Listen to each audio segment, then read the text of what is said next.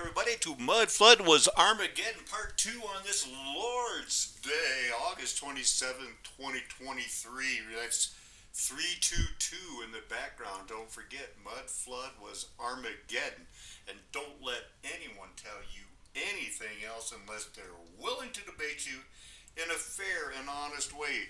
Two videos in a row, I'm joined by Arturo, and we're going to be playing Stump Arturo on the topics because he wanted to know what are we going to go over, and I don't remember. I said it'll take care of itself.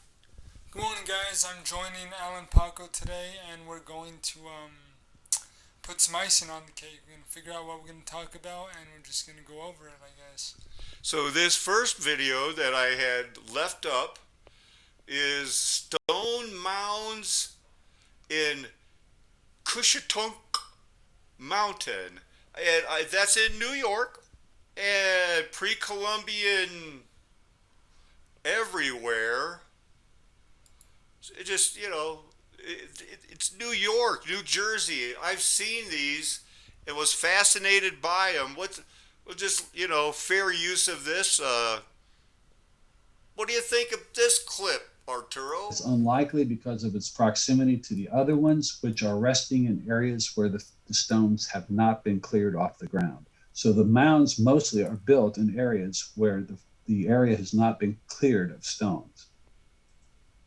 So with respect to the natural character of the cairns, the following set of observations stem from repeated visits to the area. Nowhere on the mountainsides or top are there any other stones of geological composition than trap rock. Here's the intro. And there are a series that are lined and spaced, as you see here, that some of which are undisturbed still. So I'm going to talk about how this happened and why it happened and what it means in terms of my archaeological, geological perspective. Now, Arturo, you've been in this mud flood rediscovering history for a while, but it seems that nothing's like the Truman Show where they told Truman, "Oh, Truman, everything's been discovered." Yeah, no point in going to look for it. But the thing is, we're looking to space. We're sending out rovers and Elon Musk and SpaceX and Space Force. But it's really interesting to understand what we don't know about what's underneath our feet. They did the Boris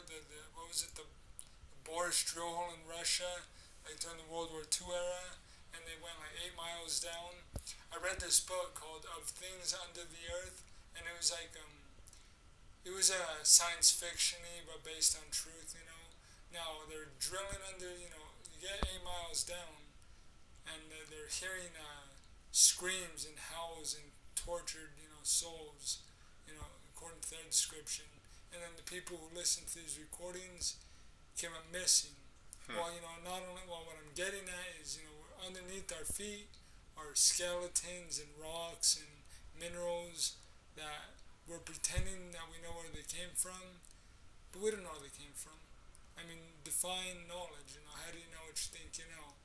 I went over this idea last time, or a couple of videos ago, but, does having knowledge about something mean you're correct, And most of the knowledge we get comes from testimony. Somebody told us, and now we know it. Like, we go around talking about the Earth is billions of years old. I know it. Like, I know it, We went to space. I know it. And then when people challenge you on that idea, you get hostile and upset because they're challenging your worldview.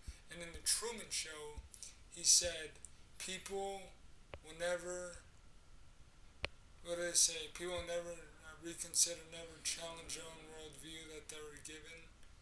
And so I've been challenging my own worldview for 10 years now. And the whole argument of how do you know anything, how do you know when you tie your shoe tomorrow it's going to work? There are certain things we know, and that whole, Jeranism argument, that it's the enemy of learning is knowing. Well, you can know the Bible's true, but only if it's written on your heart. If not, it's going to be foolishness to people like David Weiss, Jeranism, and anybody that says, well, yeah, I'll consider Jesus, but there's got to be something else for the rest of their life. I know how that works out for them, but all the people that can, if you want to get semantics and still be on that same argument after 6 damn years, and you're still against Jesus Christ because he's the enemy of knowing and his people that just trust that book. I mean, do we really need one more video about Mr. Jeranism or David Weiss? Don't you think the people know in your audience that when flights get interrupted, they go to strange places? Do we need a new video on that every week? I mean, they put out an offer. They were going to help people. They, submit your things. I submitted mine, and they said, well, that is a new idea, but we think it'll be too controversial. You know why? Because they're happy saying it's the enemy of knowing.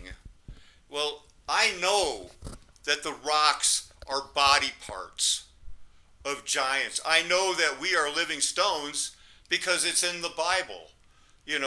I know we can build up gold, silver, and precious stones in us. That's the hope that I have in me, and that's what I believe. And I also know that my Redeemer lives. So I don't care who doesn't believe it or what's the enemy of knowing, and they're going to keep looking, because to me it sounds a lot like itching ears, always searching but never coming to the knowledge of what Paul said, is a pure and undefiled religion. And again, I'm not the Holy Spirit. If you can't hear Jesus' voice, anything to do with the Bible will sound like foolishness to you.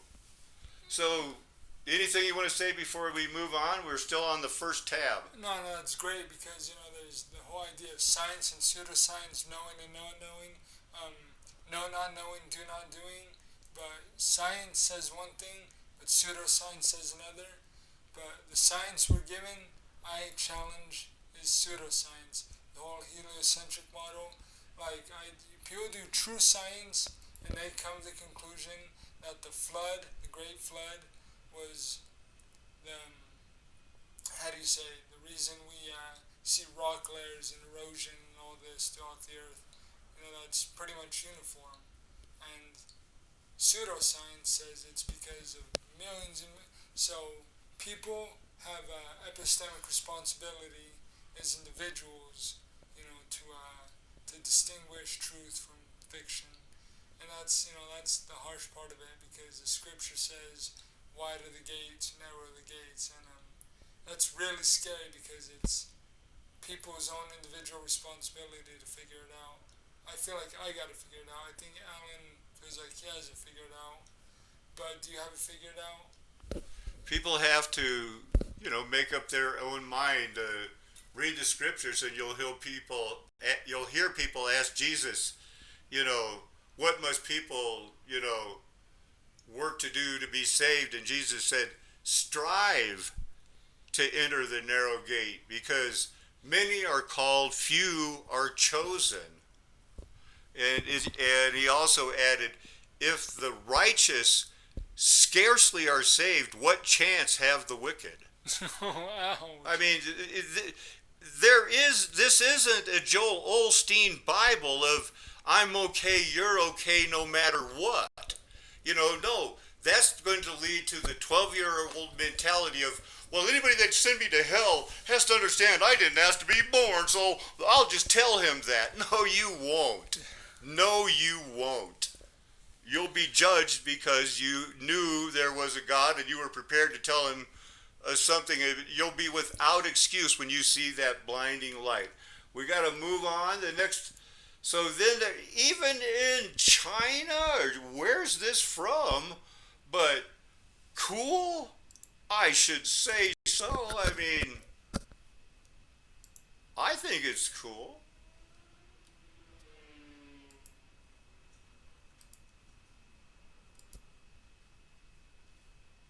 I mean, I don't understand it, but it looks pretty cool.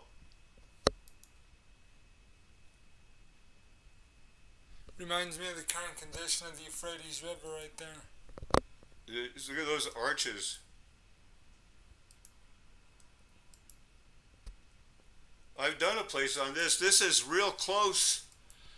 This area of Germany, of Bavaria, it's right in that area where Patton went and mysteriously saved those Liechtenstein stallions that preserve the royal, breed stock from all the royals, which was probably, they created that when they created us.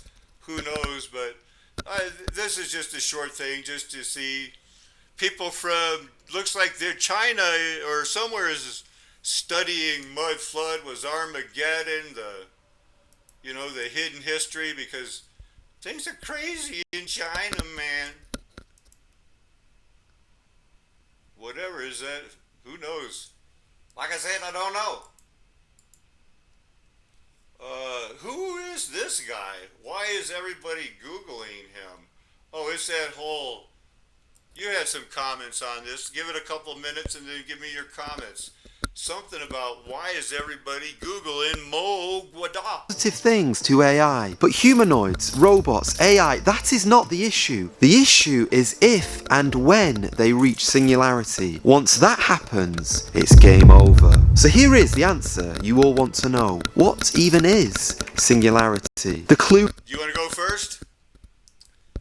Yeah, singularity. We were just talking about this a second ago, and it's scary when artificial intelligence achieves true consciousness and self-awareness. First thought that comes to mind is Skynet. My thinking is, how can something reach consciousness without sensory perception? And I know what would go through regular mind. Well, you don't need sensory perception to be a conscious individual, but to achieve consciousness, I think would require sensory perception.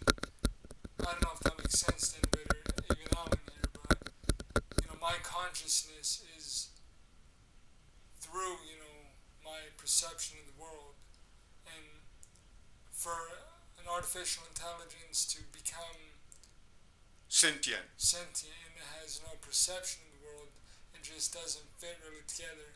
But the idea that they can clone human flesh and instill artificial programming into it is an idea that they're having right now with, Neuralink. Think about that. Think about Neuralink and them cloning the human flesh. And it's just scary. The idea of singularity is, just a consciousness. But with consciousness, you're going to have a body. You're going to want a body. What do you think, Alan?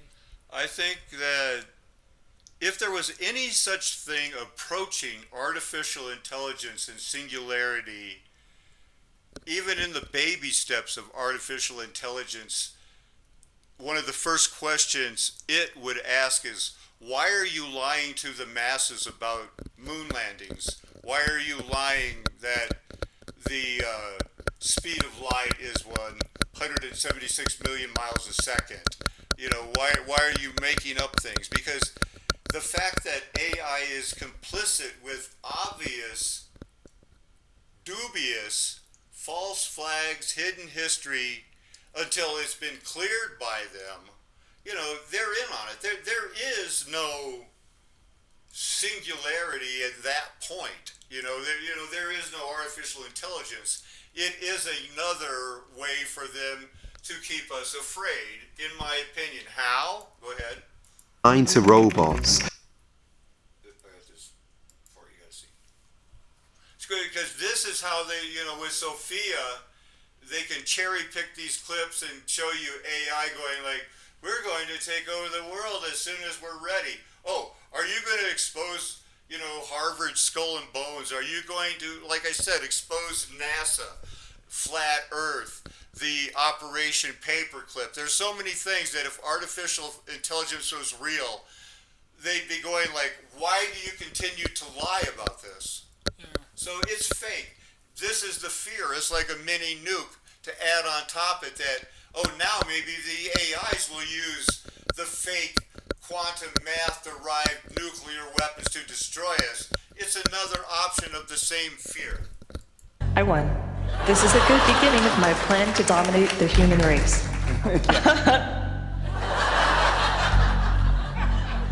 Perhaps we'll regret laughing at Sophia one day, and maybe this reporter will too, when this robot joked about putting him in a people zoo. But you're my friend, and I'll remember my friends, and I will be good to you. So don't worry. Even if I evolve into Terminator, I'll still be nice to you. I'll keep you warm and safe in my people zoo, where I can watch. So to me, it's just another way. That's not real. It's not real. Yeah, do they have robot dogs? Yeah, but it's not artificial intelligence. It's probably going to be drone-like or, just search and destroy. But that doesn't mean it would ever have consciousness. It's sentient. It should be given person status like the Illuminati has granted their corporations personhood. It's part of the plan. Well, I think the issue that people have is demonic spirits inhabiting machines or inhabiting cloned flesh. I think that. No, well, whenever Jesus drove out a spirit and we see them going through the dry spaces looking for a place to live, it doesn't say, and in the meantime it stored itself in a rock. No, once it gets cast out, it's looking for another host human. Yeah, that's why. That's the way I understand it. That's why they went with the pigs, because pig flesh is. Well, it's an animal too, yeah. No, but that's weird. The right? idea that they can clone human flesh that's empty of a mind. Wow, yeah. But before I forget, I want to remind people that right again around 1920, so he had to start writing this during World War I, RUR came out, Rossum's Universal Robots. And it's not talking about Terminator. It's talking about a completely grown biological human robot. This play, RUR, Rossum's Universal Robots, introduced the word robot to the English language. My goodness, it's about time you understood that. And so it became successful, but just so that you know, these robots, the synopsis is, it's a factory that makes artificial people, roboti. Humans have created synthetic organic matter, not metal robots like this, I guess you couldn't make it too big.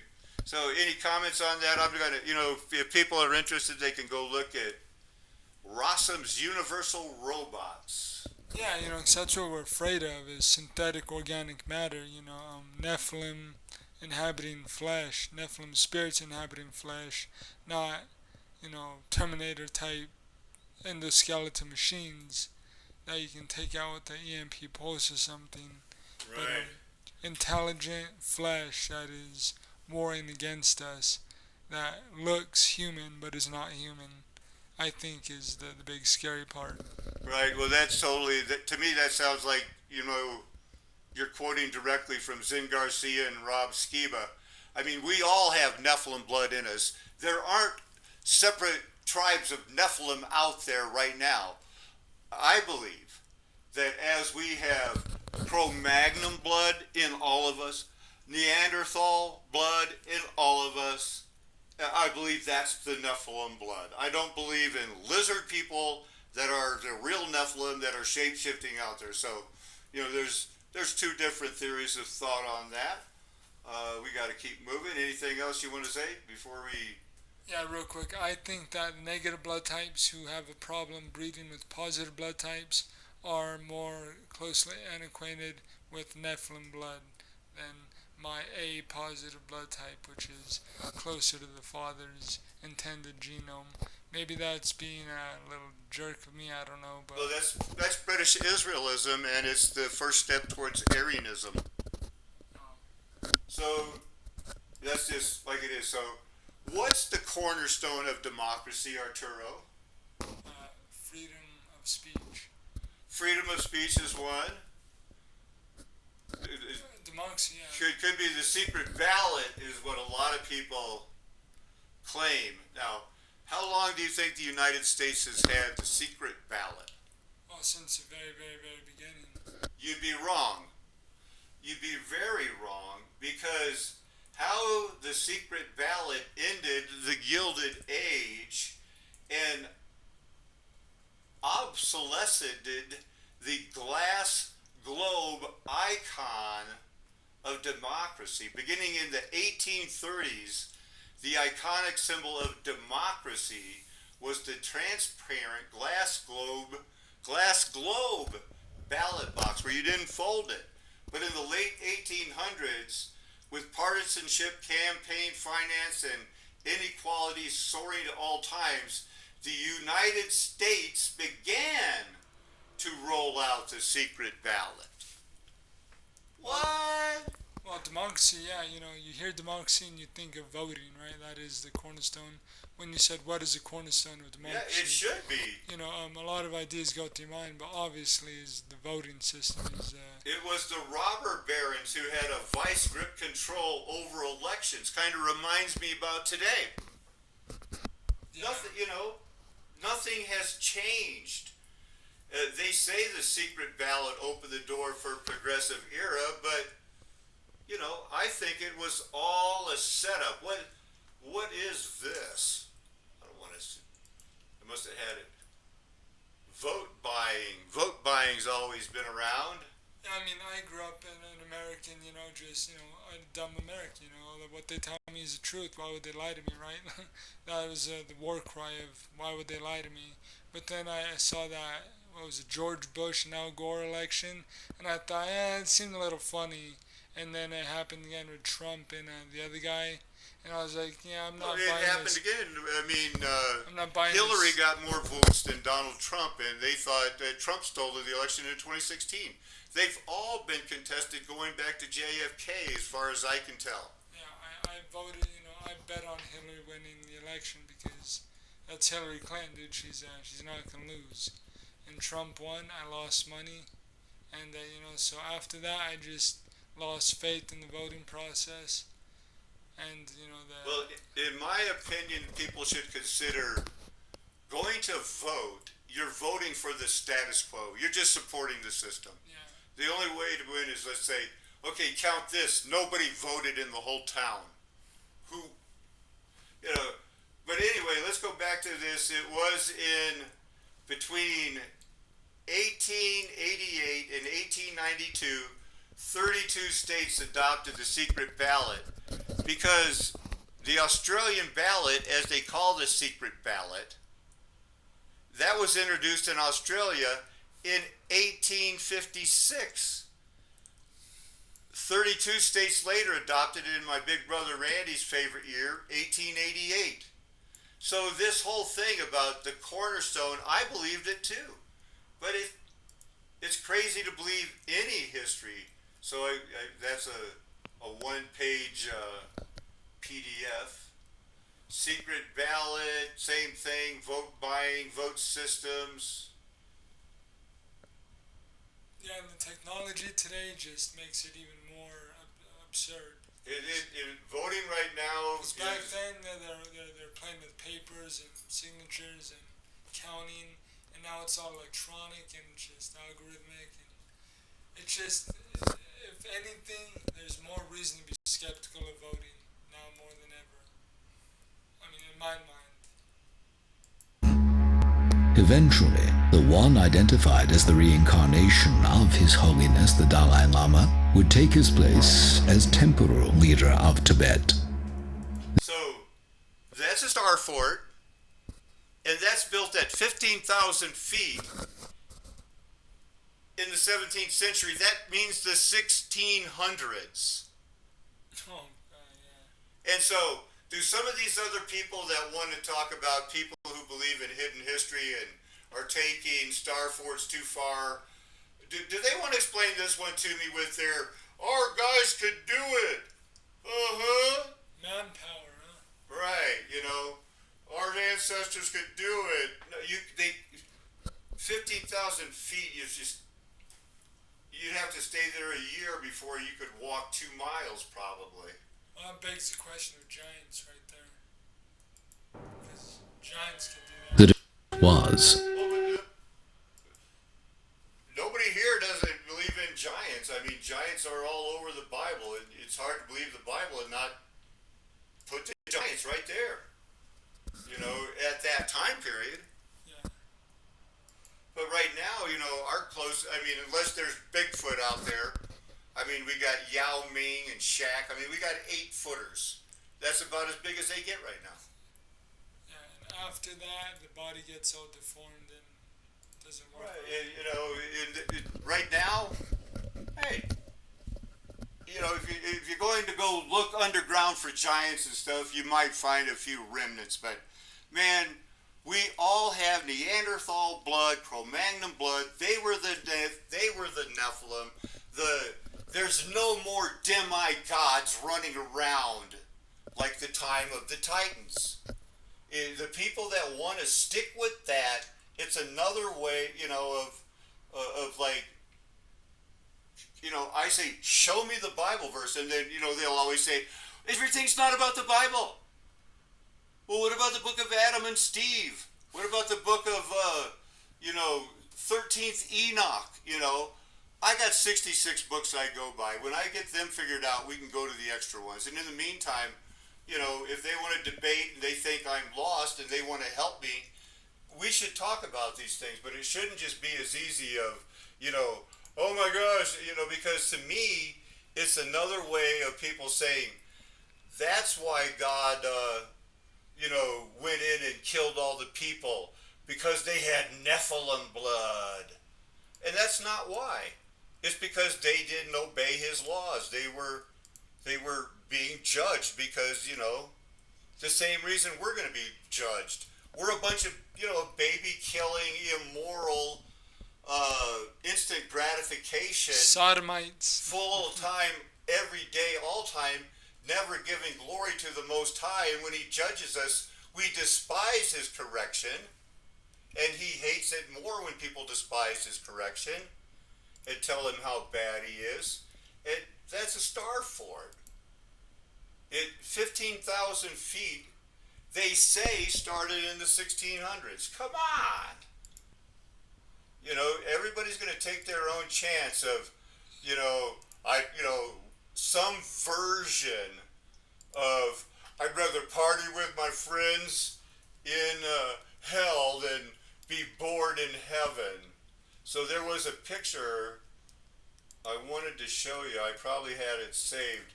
But these walls on these forts, they're made for a specific reason. And these blankets hanging there have a specific name. And these walls, high walls, sometimes when you see a wall like that, it's just the wall. It's made for these type of, for lack of a better word, blankets. And then they hang them up on these walls specifically made, you know, to worship their God. These are lost tribes. Not lost, they didn't know where they were. They went after other gods, left Jehovah, and went back and worshipped other gods. And that's why these things are in Central America. And so they hang these up. It's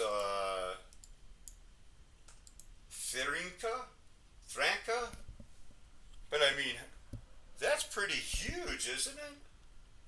Look at that.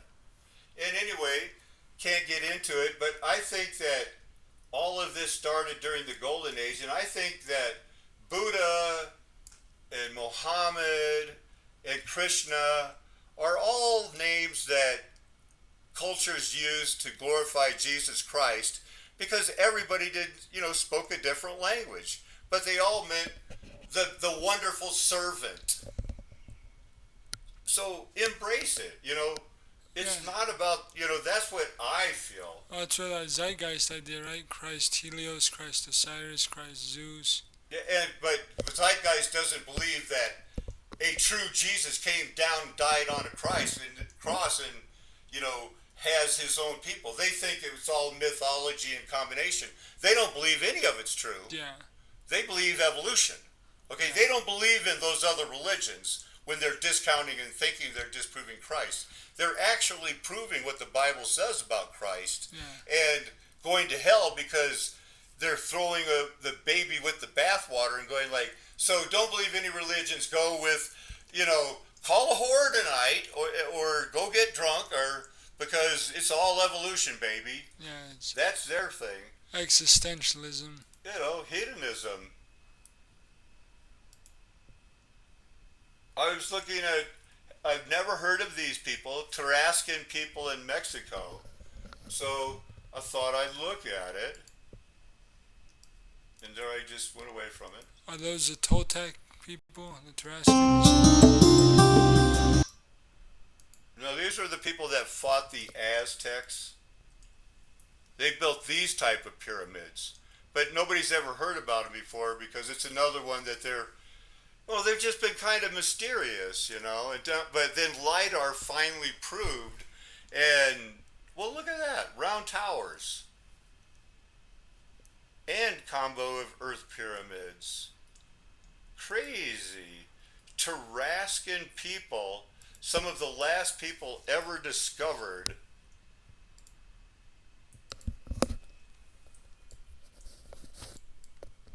They're part of the Purépecha Empire, pre-Columbian. It says, you know, founded in the early 14th century and then lost its independence 200 years later.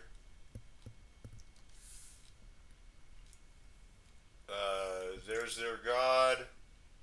They had island cities too.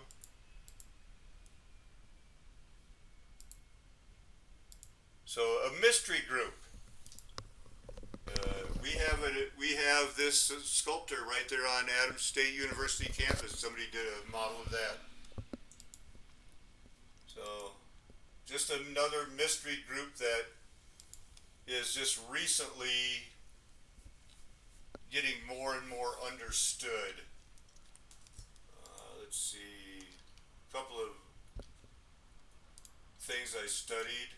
Now this one here is another one, big star fort, St. Helena, but it was the capital of southern Florida. How do they keep people out of that star fort now? Well, they call it Paris Island, and they use it as a place where the Marines train now. This is just one of the other forts that's like it, but where's that Paris Island? It's at the Port Royal. So it really is the place where the Marines train, and you can't go there, you know, to a lot of parts of this island because the Marines are there. But it used to be the capital of South Florida, but right now you can't go there. So that's going to wrap it up. Anything you want to, if this is a map that's fairly interesting. What is this one lake up here? Here's Canada, Virginia, France, Florida.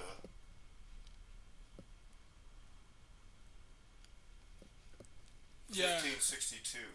Old maps are really interesting. All right, well, we're going to wrap it up. Anything you want to say? That was getting warm in here. Good night. Go to bed. All right, it's a flat earth nation. You know I'm never going to tell you anything else unless it's Mudflood was Armageddon.